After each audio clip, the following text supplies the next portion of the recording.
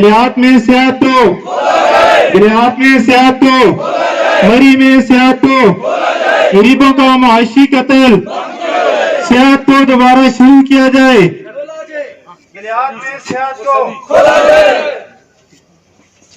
मरी में सियाहत तो, गरीबों का मुआशी कत्ल, गरीबों का मुआशी कत्ल, गिलियात में सियाहत तो, मरी में सियाहत तो।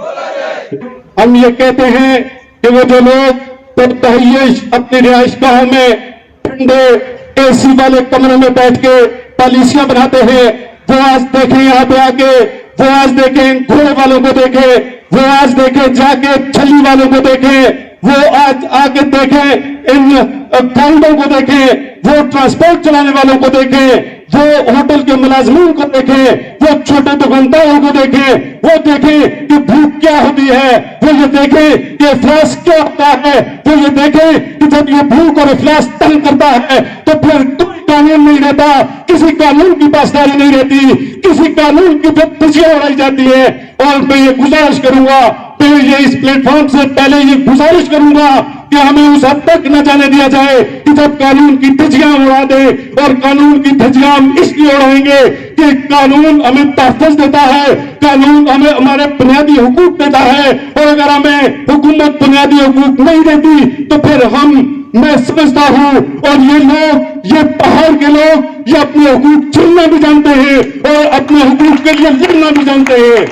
कोई हमारा सियासी एजेंडा नहीं है, और हमारी रिक्वेस्ट है प्राइम मिनिस्टर से काइंडली उनके अपने बयान के मुताबिक, जो कि उन्होंने 20-21 रोज पहले दिया था कि टूरिज्म इंडस्ट्री गिलियात में हम रिस्टोर करने जा रहे हैं, तो मेरी सिर्फ उनसे ये रिक्वेस्ट है कि काइंडली टूरिज्म इंडस्ट्री को रिस्टोर किया जाए।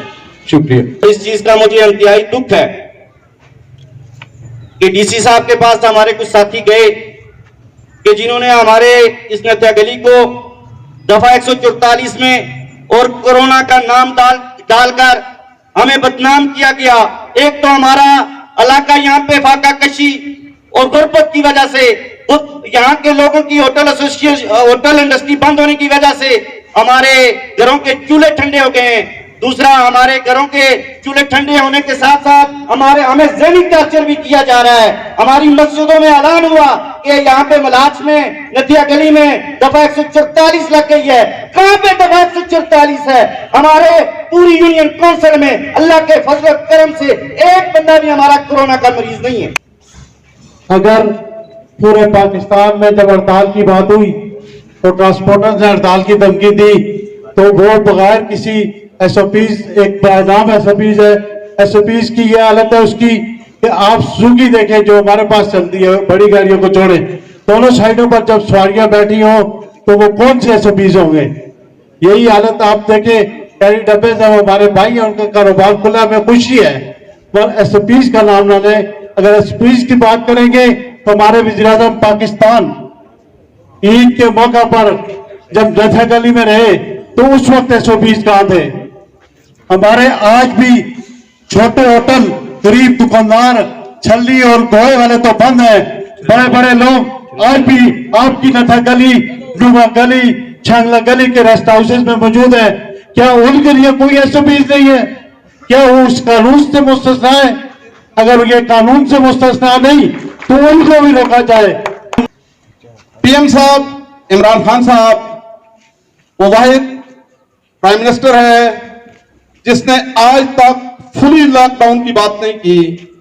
फर्स्ट केस फरवरी में जब सिंध में आया तो इत्तेफाक से मैं और राजा हारून साहब भी कराची में थे, तो सिंध हुकूमत ने फुली लॉकडाउन का मुतालबा किया, लेकिन इमरान खान ने आज तक पूरी अपोजिशन ने फुली लॉकडाउन का मुतालबा किया, लेकिन इमरान खान ने आज तक मुल्क को लॉकडाउन नहीं किया। स्मार्ट लॉकडाउन की बात होती रही, आज भी स्मार्ट लॉकडाउन हो रहा है। मैं मुतालबा करता हूं कि जिस एसओपीज के तहत पूरे मुल्क में स्मार्ट लॉकडाउन है, उसी एसओपीज के तहत हमारे इलाके मरी, गलियात, नारायण, तागान, सवात और सारे सेहती इलाकों को खोला जाए। इस हवाले से अगर कैलकुलेट किया जाए तो हमारा कारोबार पिछले 10 महीनों से बंद है। और इसी हवाले से मैं ये कहना चाहता हूं कि जनाबे वाला, अगर 3 महीनों के अंदर आप एहसास प्रोग्राम के जरिए कुछ लोगों के साथ तावन कर रहे हैं, लेकिन यह सियाहत इंडस्ट्री एक बहुत बड़ी इंडस्ट्री है और यहां के रहने वाले जितने भी लोग हैं उनका गुजर बसर जो है वो सिर्फ और सिर्फ सियाहत के साथ है। इसके अलावा और कोई भी जरिया माश नहीं है। तो इसलिए हमारा जो बेसिक एजेंडा जो है वो सिर्फ और सिर्फ सियाहत को खोलने से है। सबसे पहले मैं अपनी तंजीम की तरफ से, एसोसिएशन की तरफ से तमाम लोगों को, मीडिया पर्सन और जो दूर दराज से लोग आए उनको तकलीफ हुई काफ़ी देर से, क्योंकि हमारा प्रोग्राम काफ़ी लेट हुआ, तो मैं अपनी दिल की अथाह गहराइयों से उनको मुबारकबाद देता हूँ कि वो अपना कीमती टाइम निकाल कर यहाँ आए और हमारी प्रॉब्लम और हमारे हालात जांचने के लिए। उससे पहले जितने लोगों ने बातें की तो मुनासिब नहीं कि मैं वही बातें दोबारा दोहराऊं, क्योंकि टाइम की कमी है।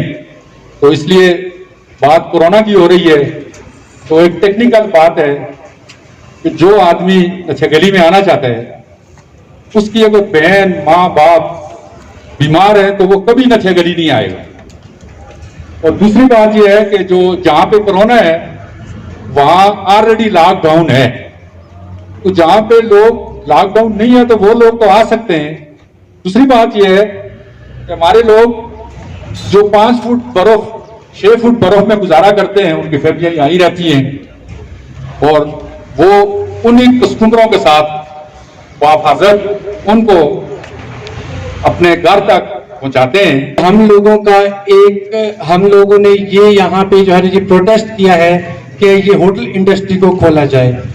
इस होटल इंडस्ट्री के साथ रिलेटेड यहाँ पे 5,000 से 6,000 लोग हैं जो होटल्स में काम करते हैं।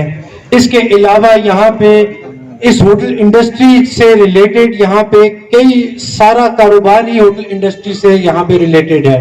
जैसे ये घोड़े वाले भाई ये सामने खड़े हैं, जो कोई पकोड़े बेचता है, कोई चाय बेच रहा है, कोई कॉफी बेच रहा है। हमारे यहाँ पे जो गाइड भाई हैं, छोटे छोटे गेस्ट हाउसेस चलाने वाले भाई हैं, होटल वाले हैं, सब के सब तकलीफ में हैं और अब तो उनका जो है फाका कशी का टाइम आ गया।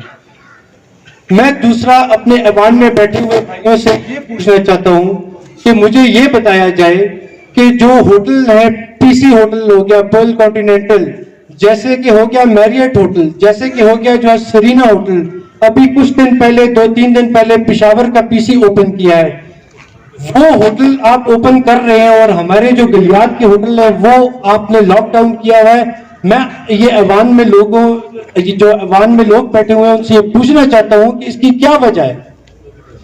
और फिर मैं एक और बात मैं आपसे पूछना चाहता हूं कि जो हमारी इंतजामिया है कि जो इस जो बात का वो कह रहे हैं कि होटल नहीं खोलने चाहिए क्योंकि यहाँ पे जो कोविड-19 की वजह से हम लोग हैंडल नहीं कर पाएंगे, फिर आप ऐसा करें कि आप भी तनख्वाहें मत लें, हम लोग एक ही पेज पे आ जाते हैं ना, आप भी तनख्वाहें मत लें, हमारे भी कारोबार बंद है, उनको बंद रहने दें, हम फिर कुछ नहीं बोलेंगे, हम उस भी नहीं करेंगे। हम तो वो लोग हैं जो दिसंबर से ऑनवर्ड्स आज तक खामोश है, सब्र कर रहे हैं, हमने सब्र का मुजाहरा किया है, लेकिन हम कब तक कैसे करें? हम लोग भूख से यहाँ पे हमारे लोग, हम ओनर, होटल के ओनर्स भी अब तकलीफ में हैं, तो इस अवाम का क्या हाल होगा, इनका क्या हशर हुआ होगा अभी तक? मैं तो हैरान हूं कि ये रह कैसे रहे हैं आज तक।